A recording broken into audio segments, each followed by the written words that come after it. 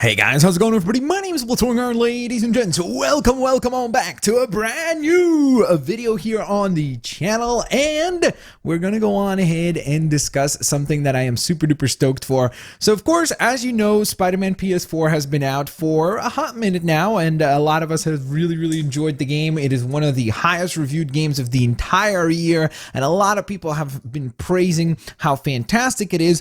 But you do have to say, or I would have to say at least, and I think most people would have to agree, just because I think that's what makes sense as far as the legitimacy of that claim, and that is that Spider-Man PS4 definitely borrows some elements from Batman Arkham and that entire franchise, and I think that's a good thing. I don't think that that's a bad thing, because that combat works very well. That system is really fun, and it's very engaging, and it's just an absolute blast. It's very simple, but yet elegant, because it has so much more complexity. Once you add all the gadgets and all those variables, it makes the game a whole lot of fun to go through. Now, with that in mind, of course, that got me thinking like, hey, you know, I really enjoyed Batman Arkham Asylum, Batman Arkham City, Batman Arkham Knight. Heck, even Origins was quite a bit of fun. But then I thought to myself, like, wait a minute, what is that team as known as Rocksteady? What the heck are they up to? Like, what have they been building? Because we haven't seen anything from them in a hot minute. Like, of course, they did make the announcement that it was basically majority of the team that worked on the Batman VR game, which I never checked out, and I definitely should. But the point here is that I was kind of curious, like, wait, Arkham Knight came out quite a while ago. I think that was what, like 2014, I think, something like that, or maybe it was 2015. But either way, it's been a hot minute since that team has released anything. So then I went and started scouring, like, hey, what are they up to? Because I do remember the rumors over the different things that they were working on, whether it be, I heard a Red Hood game was kind of an potential announcement, then a Robin game, then I heard a Nightwing game. I heard all of those different rumors, but then one for some reason felt like it was far more realistic and had far more gravitas, let's put it that way, and that is a Superman game. So essentially, it seems like just in the past few weeks, there have been new job postings on Rocksteady's official website, which had, I think it was like 20 to 25 new jobs, where they said that, hey, we're trying to fill positions for a highly anticipated AAA title for next generation platforms. So it's kind of good and bad to hear that, because on one hand, it seems like they're definitely already starting to crank up the process of working on this game, or maybe they're already close to wrapping it up, and so on and so forth.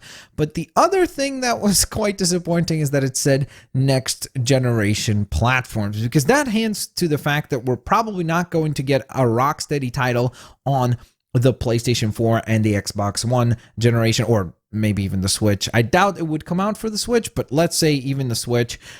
It basically kind of points to the fact that we would not be getting a title at this point in time. Now, I think that that would be kind of an odd move, just due to the fact that there's such a huge install base for the PlayStation 4 and the Xbox One, that it would be kind of surprising for them to just go on ahead and say, it's okay, we're going to take the risk and just release this on the PlayStation 5 and the Xbox 2, or whatever they end up being called, and just skip this generation altogether. I think that that's kind of odd, because, again, like I said, I think that, well, and again, technically, of course, they did have Arkham Knight, but the point that I'm getting at is that they wouldn't get another game out this generation.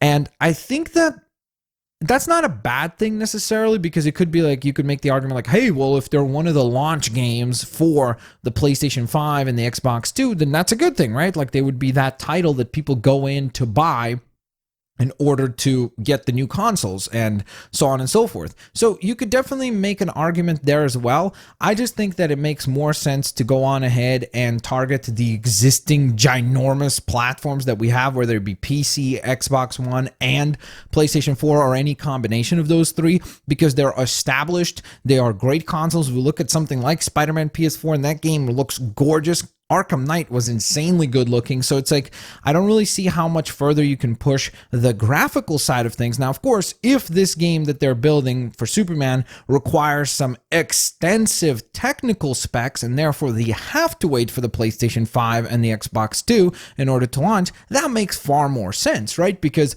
when you really think about it, and this is where I was kind of a little bit going back and forth on whether or not I like this idea of them building a Superman game, was the fact that I really started to think like, okay, well, how the heck do you do a Superman game? Because even in Spider-Man, like the reason, or even Batman Arkham City or Arkham Asylum, or sorry, Arkham Knight, one of the reasons why Spider-Man and Batman work as open world games is because they web sling and they grapple hook around and glide.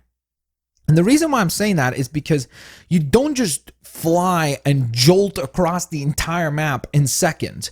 You have to kind of like build up the process, and you're exploring, and it's almost like the pace of web slinging or grapple hooking allows you to kind of have a certain pacing to the game. Whereas when you have to fly, which is what you're going to have to do as Superman, I mean, unless if they do some sort of like, hey, here's the introductory level and he can only like jump and leap, and then afterwards you learn how to fly, or you unlock that ability and you can fly around, it's going to be very difficult to, in my opinion, figure out how big does this world need to be? Like, how big do you make Metropolis in order to go on ahead and make it fun? Because if you can jolt from one side of the map to the other as Superman in 4 or 5 seconds, that's not going to be fun, because it's going to feel like you have this really small, tiny little toy box to play within.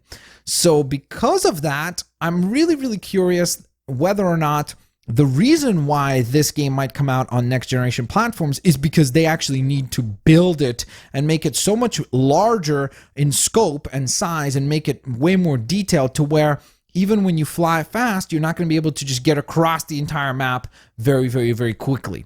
So I think that that might be one of the reasons. I could be wrong, of course, but either way, I'm very, very excited about the possibility.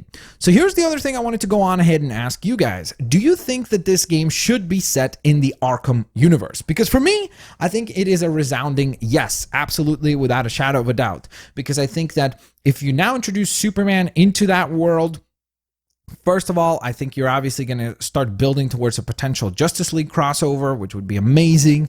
And I think that realistically, they probably have been doing this far too slowly. Like by now, they should have had a Superman game. They should have had a Green Lantern game. I think that's the one that makes most sense to me personally as a video game, just because I think it's quite easy to figure out how something like Mass Effect, like replicate a similar formula, but with Green Lanterns would work really well, where essentially maybe, I don't know, you pick a planet that you're born on, then you build your own lantern, and then you go and you adventure and help out the Green Lantern Corps. You make your way up the ranks, and then maybe you have to stop Sinestro and other forces like the other lanterns, let's say, or you build up towards the Blackest Night storyline, and so on and so forth. So I think there's just so much possibility there with a Green Lantern game that you could do really, really cool stuff with. But of course, it would require a pretty extensive budget. So either way, it's kind of interesting that if they are working on a Superman game, are we potentially going to get a Justice League game down the line? Maybe they could do a Wonder Woman game. That could be really cool too. And then build up, like now that they have a Superman, let's say, game, they have the Batman Arkham games, and then let's say a Wonder Woman game, boom, now bring them all together and have them fight one strong force. And at the end of that, maybe you introduce some other DC characters as well. Either way, I really, really want to hear from you guys. Do you think it would be really cool if Rocksteady, the team that brought us Arkham Asylum, City, and Knight, of course, they were not working on Origins, so keep that in mind. But do you think it would be cool if the team that brought us those 3 titles will be working and are working right now as I'm uploading this and as I'm speaking about this on a Superman game in a similar style?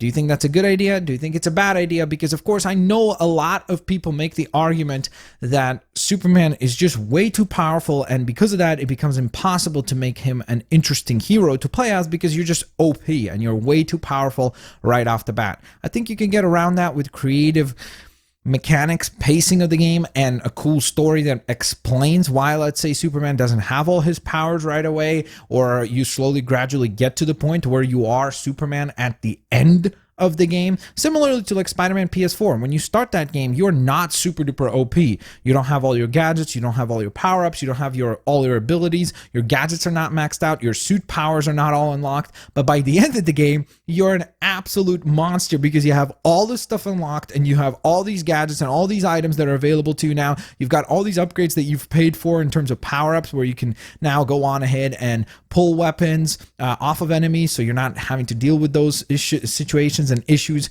You can go on ahead and grab and web throw enemies and so on and so forth. So if they do a similar thing here with Superman where it's like, hey, you slowly but surely unlock certain things, like you don't have laser vision right away, or you don't have, or like let's say your combos for punches are not as extensive as they were before. You can't, let's say, lift up just anything. You can lift up certain items, and then a little while, after a little while, as you build up your upgrades, you'll be able to go on ahead and, let's say, pick up a car and like throw that at your enemies and so on and so forth. So I think that you could definitely build up towards a much more OP and powerful Superman. Let me know what you guys think. I would love to see a Superman game. Honestly, right now after Spider-Man, I would just love to see more heroes get attention, because we have seen Batman and we have seen Spider-Man get tons of games. But I think there's a lot of other compelling characters out there.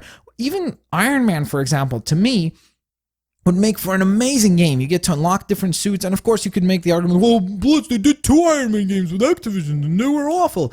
Well, those were not really the kind of games we're talking about. Like Spider-Man and the Batman Arkham games are made with love. Like you can see that the people who are making those games, they're truly, first of all, they're given the creative freedom to make those games and they're not rushed into making the titles. Because again, I'm not saying that the people who worked on the Iron Man Activision games didn't try to do a good job. I'm sure they did, but it's like when you're probably given like 9 months or however long they were given to make a game, and probably not nearly as much money and a budget and the ability to actually, care for the title, it can't turn out that great. So essentially what I'm getting at here is that I'm stoked if Rocksteady is working on Superman, and I would be very curious to see what it is that is going to be next as far as comic book characters are concerned and the world and platform of video games. Let me know what you guys think down in the comment section below. Would you personally like to see a Superman game? And furthermore, do you think that maybe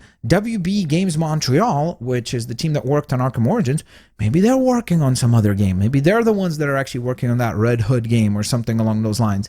That would be very interesting to know. Either way, thanks a lot for watching. I'll catch you guys next time. Peace out. See you later, alligators. Bye-bye, everyone.